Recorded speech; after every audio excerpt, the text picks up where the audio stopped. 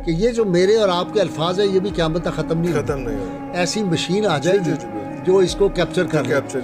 اسی لیے فرانس کی ایک کمپنی جو ہے اس نے رسول اللہ صلی اللہ علیہ وسلم کا خطبہ حجۃ الوداع ریکارڈ کر لیا ہوا ہے۔ خطبہ حجۃ الوداع اسی طرح نشر ہو رہا ہے جیسے اس وقت میرا اور آپ کا پروگرام چل۔ بات کو میں نے ری کنفرم کیا سلطان بشیر محمود صاحب جو ہمارے بہت بڑے سائنٹسٹ ہیں پاکستان، 37 بکس لکھی ہیں انگلش اور اردو میں، اور سائنس پہ ان کا اور ٹیکنالوجی پہ بڑی ان کی کمانڈ ہے۔ یہ بات میں نے فرانس میں سنی تھی ڈاکٹر مدولہ صاحب کو ملنے کے لیے جب گیا تھا۔ یہ بات درست ہے، انہوں نے کہا کہ 2030 تک یہ خطبہ آپ ٹی وی پہ دیکھ رہے ہیں۔ اس ویڈیو میں یہ آدمی جسٹس نذیر احمد ہے جو پاکستانی وکیل اور جج بھی رہ چکے ہیں اور کافی میڈیا ہاؤسز میں کام کر چکے ہیں۔ اس میں وہ دعویٰ کر رہے ہیں کہ فرانس کی کسی کمپنی میں نبی اکرم صلی اللہ علیہ وسلم کے خطبہ حجۃ الوداع کی آپ صلی اللہ علیہ وسلم کی آواز میں ریکارڈنگ کی جا رہی ہے جو کہ 2030 تک مکمل ہو جائے گی۔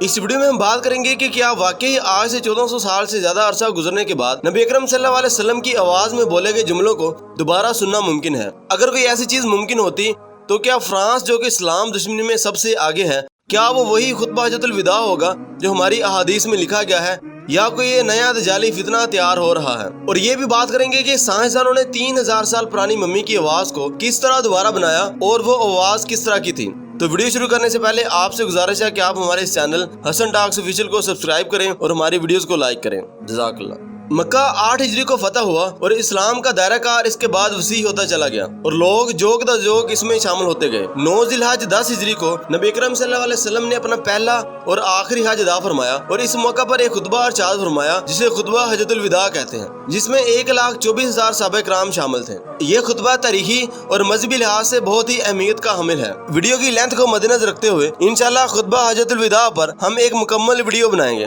اب ٹاپک پر واپس آتے ہیں۔ جب ہم بولتے ہیں تو آواز کی لہریں فضا میں منتقل ہو جاتی ہیں اور شور اور دوسری آوازوں کے ساتھ مل کر ان کا اثر کم ہونا شروع ہو جاتا ہے۔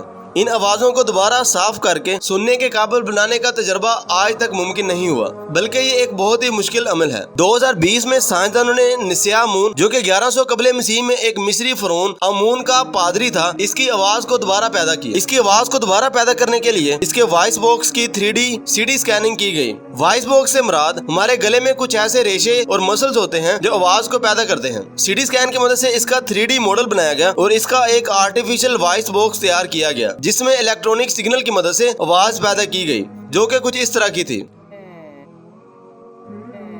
یہ آواز الفاظ کی شکل میں نہیں تھی کیونکہ بولنے کے عمل میں جبڑوں اور ہونٹ کو حرکت دینا پڑتی ہے۔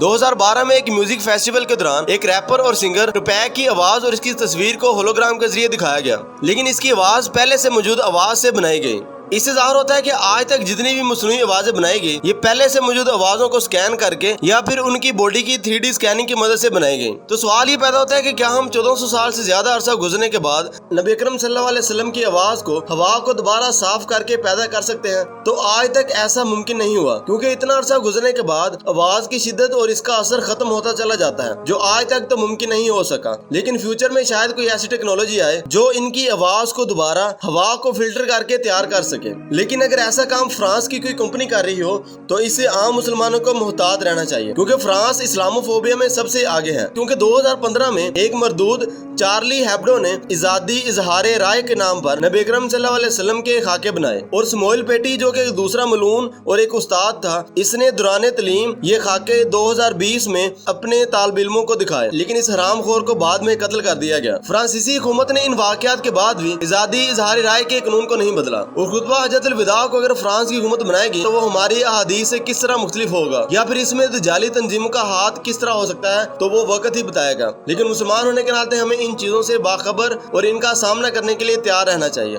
اللہ تعالیٰ دجالی طاقتوں سے لڑنے کے لیے ہمارے ایمان کو مضبوط رکھے۔ اللہ حافظ۔